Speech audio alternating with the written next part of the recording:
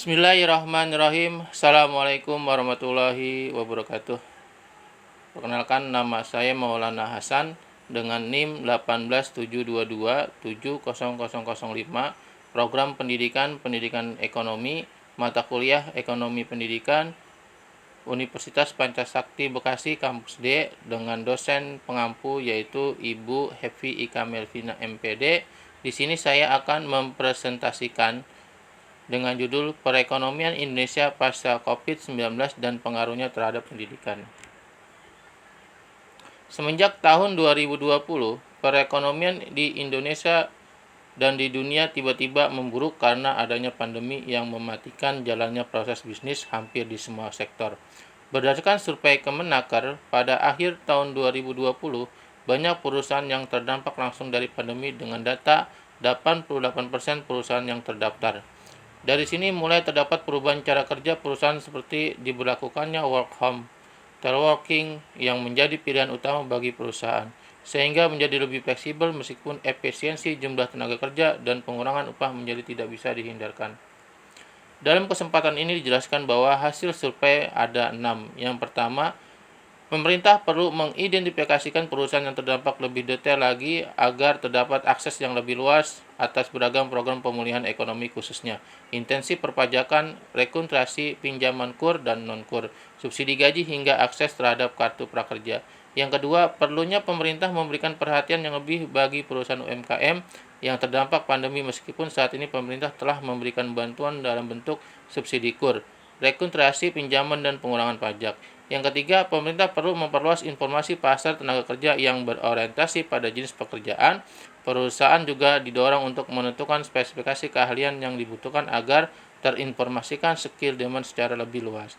Yang keempat, kebutuhan pendidikan dan pelatihan yang dibutuhkan setelah pandemi berkaitan dengan teknologi, baik teknologi informasi maupun teknologi industri seperti terkait digital marketing dan digital working.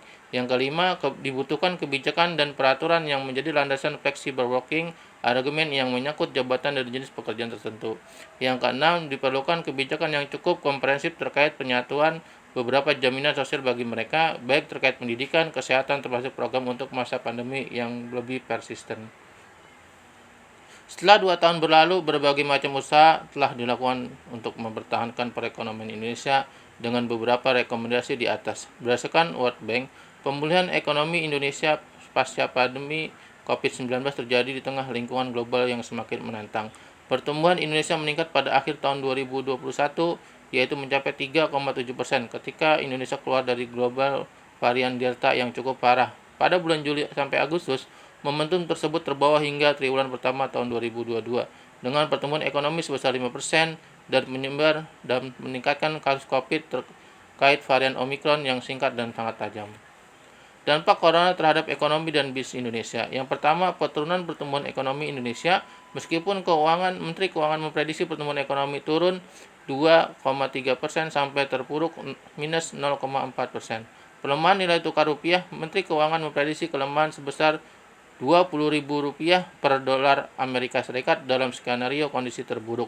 Pelemahan daya beli masyarakat. Yang pertama, tiket menurun sampai 50%. Yang kedua, hotel dan restoran menurun hingga sampai rata-rata 30%.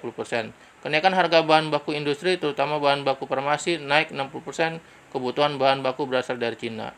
Selanjutnya, penurunan ekspor perdagangan. Barang Indonesia memprediksi pertumbuhan ekspor nasional turun minus 5,2% sampai dengan minus 5,6%. Pasokan bahan baku impor terhambat. Bank Indonesia memprediksi laju impor turun minus 8,9% sampai dengan 9,3%. Badan Pusat Statistik penurunan impor bulan Februari tahun 2020 sebesar 18,69%. Pengaruh di bidang pendidikan, keputusan pemerintah yang mendadak dengan meliburkan atau memindahkan proses pembelajaran dari sekolah menjadi di rumah membuat kelimpungan banyak pihak. Ketidaksiapan stakeholder sekolah pelaksanaan pelajaran daring menjadi faktor utama kekacauan ini. Walaupun sebenarnya pemerintah memberikan alternatif solusi memberikan penilaian terhadap siswa sebagai syarat kenaikan atau kelulusan dari lembaga pendidikan di saat situasi darurat seperti sekarang ini.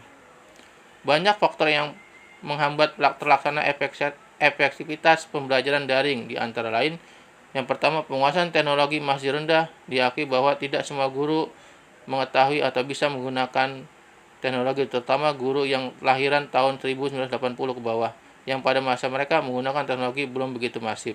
Yang kedua, keterbatasan sarana prasarana pemilihan perangkat pendukung pelajaran teknologi juga menjadi masalah tersendiri, bukan rahasia umum bahwa kesejahteraan guru masih sangat rendah. Jadi, jangankan untuk memenuhi hal-hal tersebut, untuk memenuhi kebutuhan pokok keluarga saja mereka masih banyak guru yang kesulitan. Yang ketiga, jaringan internet. Pembelajaran daring tidak bisa lepas dari penggunaan jaringan internet. Yang keempat, biaya jaringan internet yang sangat dibutuhkan dalam pengeluaran daring menjadi masalah tersendiri bagi guru dan siswa. Perubahan peradaban dan metode menuntut stakeholder pendidikan untuk mempersiapkan diri dalam mengikuti perkembangan zaman seperti saat ini. Teknologi ibarat kata dua mata pisau, yang masing-masing memiliki peran dan besar yang sama, yaitu posisi positif dan posisi negatif, yang memberikan pengaruh terhadap perubahan peradaban manusia. Khusus dalam bidang pendidikan, literasi teknologi ini perlu dipelajari oleh seluruh stakeholder pendidikan, terutama dalam pemanfaatannya sebagai media pembelajaran daring yang saat ini sedang dilakukan. Adapun hal yang perlu dipahami disadari oleh stakeholder pendidikan. Yang pertama, orang tua. Peran kerja orang tua. Pendidikan sejatinya adalah tanggung jawab orang tua, sebab di akhirat nanti pun orang tua akan dipinta pertanggungjawaban atas anak mereka masing-masing. Kegiatan PBM yang dilaksanakan secara daring memaksa orang tua untuk terlibat langsung kegiatan belajar anak-anaknya. Banyak pengalaman mereka rasakan ketika harus mendamping anak-anak dalam belajar. Yang kedua, guru. Pembelajaran daring harus menjadi penyadaran bahwa guru berperan. Mereka saat ini sebagai guru yang hanya mentransfer pengetahuan saat akan tergantikan oleh guru yang lebih canggih, yaitu guru mesin. Yang selanjutnya, sekolah. Sekolah sebagai lembaga penyelenggara pendidikan harus bersiap mengantisipasi perubahan peradaban manusia. Perubahan tingkah laku manusia cenderung tidak bisa lepas dari teknologi. Dalam segala aktivitasnya harus juga diikuti sekolah. Yang terakhir, pemerintah. Peran pemerintah sangat penting dalam menentukan kebijakan yang berkaitan dengan sistem pendidikan nasional. Semua lembaga pendidikan harus taat dan patuh terhadap aturan yang ditetapkan, sebab pemerintah nasional memiliki tujuan yang sama, upaya membangun bangsa. Dalam situasi darurat seperti ini, karena COVID-19, pemerintah dengan cepat melakukan kebijakan mengenai pelaksanaan pembelajaran daring yang harus dilakukan oleh setiap lembaga pendidikan, walaupun aturannya belum mengikat. Untuk tugas-tugas yang diberikan guru kepada peserta didik diantaranya adalah yang pertama, soal dalam membentuk atau mengisi Google Formulir. Nanti peserta digunakan untuk mengisi melalui internet dan masuk melalui akun pembelajaran mereka masing-masing. Yang kedua, pembuatan presentasi pembelajaran yang nanti akan digunakan dan diupload oleh guru mata pelajaran di dalam akun sekolah. Mungkin hanya itu yang bisa saya sampaikan, kurang lebihnya mohon maaf. Assalamualaikum warahmatullahi wabarakatuh.